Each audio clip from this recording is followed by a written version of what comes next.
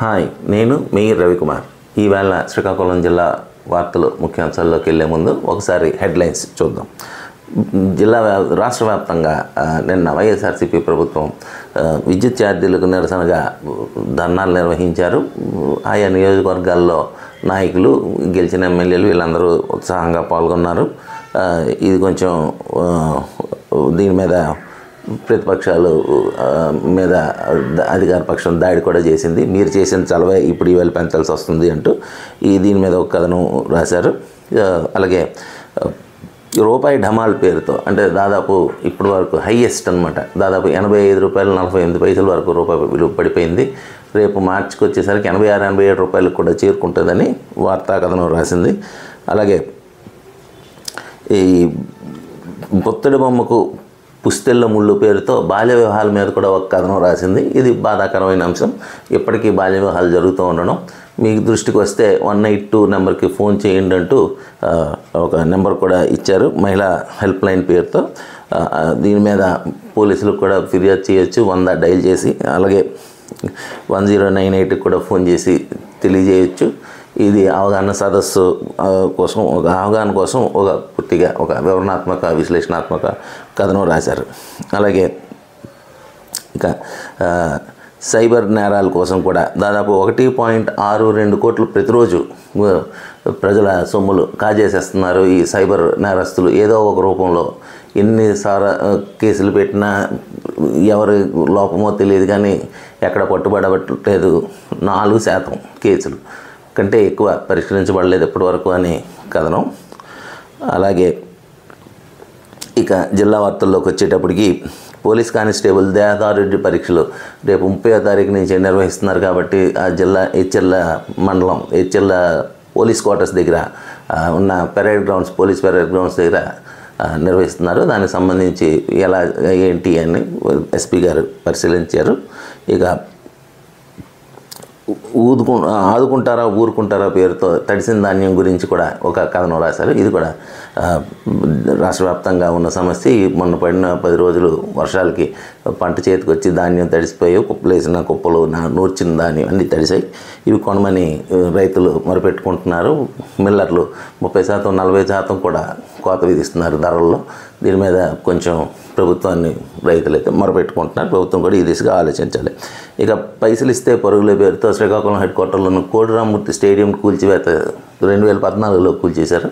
కొత్తది నిర్మిస్తామని పేరుతో అది ఇప్పటి వరకు ఎటువంటి అభివృద్ధి కానీ నిర్మాణాలు పూర్తి అవడం కానీ జరగలేదు. దాదాపు 10 ఏళ్ళు అయిపోయింది.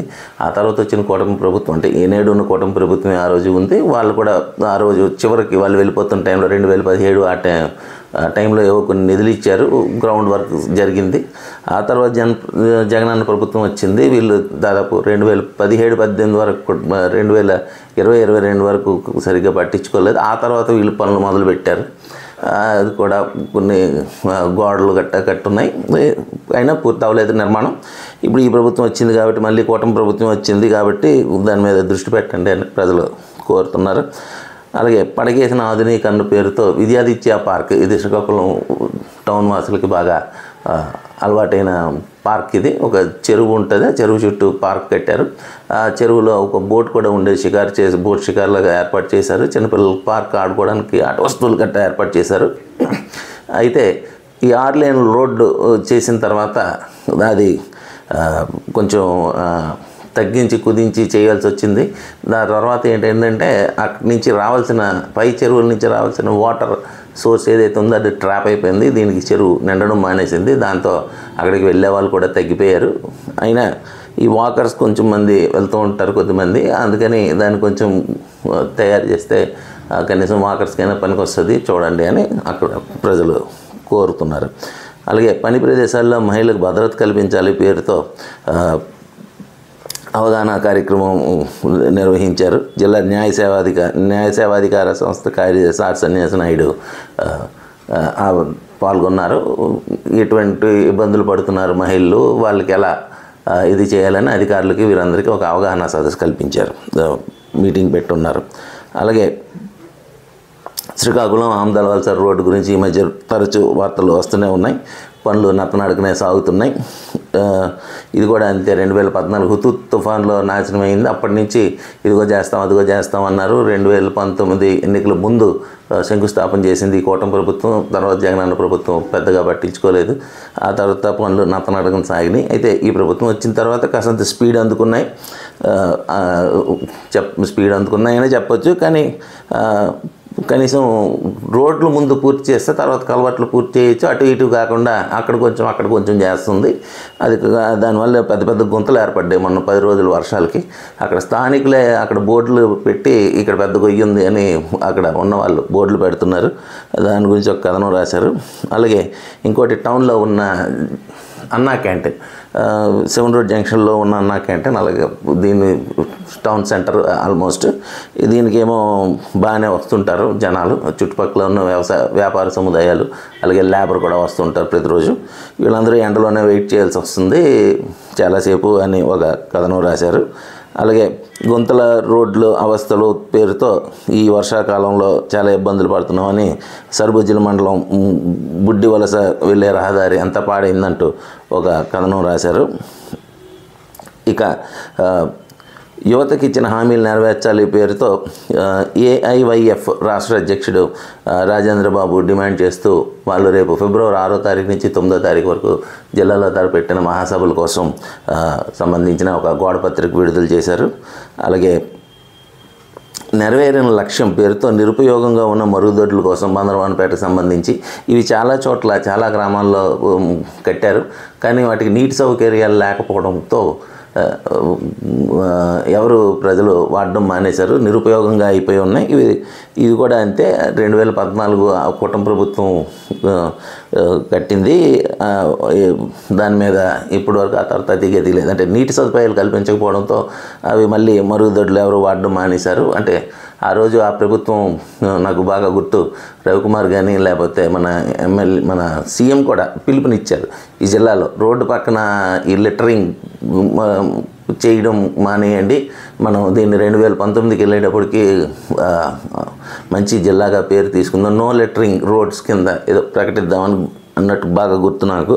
అందుకే ఈ మరుగుదొడ్లు కట్టారు, సామాజిక మరుగుదొడ్ల పేరుతో. కానీ నీటి సదుపాయాలు ఇవ్వకపోవడం వల్ల చాలా చోట్ల, ఇది బందరవానపేట కాదు, ఇక్కడ లావేరు మండలంలో కూడా ఉంది, ఇలా చాలా దగ్గరలు ఉన్నాయి చెప్పుకుంటూ పోతే, ఎక్కడ నిరుపయోగంగా ఉన్నాయి. అలాగే మరొక పెద్ద సమస్య ఒడిశా నుంచి వస్తున్న నాటుసారా, కాపుసారా ఉండటం. అది జిల్లా మనకి బోర్డర్లో ఉంది. అక్కడి నుంచి ఉండి రహస్యంగా పట్టుకొని వస్తున్నారు జిల్లా వ్యాప్తంగా. దీని మీద ఎక్సైజ్ వాళ్ళు మేము దృష్టి పెట్టాము. కొత్తూరు మండలం ఆ ఏరియా నుంచి, అంటే ఒరిస్సా బోర్డర్ దగ్గర ఉన్న మండలాలు వాళ్ళు, మేము చాలా దగ్గరలో కాపు కాసి చాలా చోట్ల దాడులు చేసి మేము పట్టుకుంటూనే ఉన్నాం. అయినా వస్తూనే ఉంది. ప్రజలు కూడా దీని మీద దృష్టి పెట్టి జాగ్రత్తగా ఉండాలి, ఇవి తీసుకోకుండా ఉండాలని వాళ్ళు కోరుతున్నారు. అలాగే జిల్లా హెడ్ క్వార్టర్లో డ్రోన్లతో నిఘా పేరుతో మరొక కథనం. ఎందుకంటే యాక్చువల్గా గంజాయి ఈ డీల్స్ బాగా ఎక్కువ పెరిగిపోయింది. యువత ఈ మన నాగవల్లి దగ్గర ఉన్న ఒక 3 బ్రిడ్జిలు ఉన్నాయి. ఈ బ్రిడ్జిల కింద అలాగే వాటి అంచునున్న తోటల్లోని గట్ట ఈ గంజాయిలు వాడుతున్నారు. అలాగే ఆ రోడ్లు కూడా చాలా నేరోగా, వెళ్ళేటప్పుడు ఆహ్లాదంగా ఉంటాయి కానీ ఇటువంటి కార్యక్రమాలు చేయడానికి అనుకూలంగా కూడా ఉంటాయి. అదంతా నిఘా, డ్రోన్లతో నిఘా అంటూ ఒక కథనం రాశారు. అలాగే బడి మానేశారు పిల్లల పేరుతో 7,587 మంది పిల్లలు బడి మానేశారు. పట్టణాల్లోనే ఈ సంఖ్య ఎక్కువ ఉంది అంటూ ఒక కథనం రాశారు. నివారించడానికి ప్రభుత్వం ఎటువంటి చర్యలు తీసుకోవట్లేదని. ఎందుకంటే విద్యార్థులు పట్టణాల్లో అయితే ప్రైవేట్ స్కూల్కే తీసుకెళ్ళిపోతున్నారు, గవర్నమెంట్ బడుల నుంచి తీసేసి. నాడు నేడు కార్యక్రమం పెట్టిన స్కూల్లో అయితే ఏదో కొత్తగా ఉన్నట్టు కనిపిస్తుంది కానీ టీచర్లు అయితే సరిగ్గా రావట్లేదు, లేకపోతే టీచర్ల సంఖ్య తక్కువగా ఉంది ఇటువంటి సమస్యలతోని. అందుకని ప్రైవేట్ స్కూల్ వైపు వెళ్ళిపోతున్నారు పిల్లలు. అలాగే అగ్నివీర్ వాయు ఉద్యోగాలకు దరఖాస్తుల పేరుతో ఒక సెట్శ్రీ సిఓ గారు ఇచ్చిన ప్రకటన.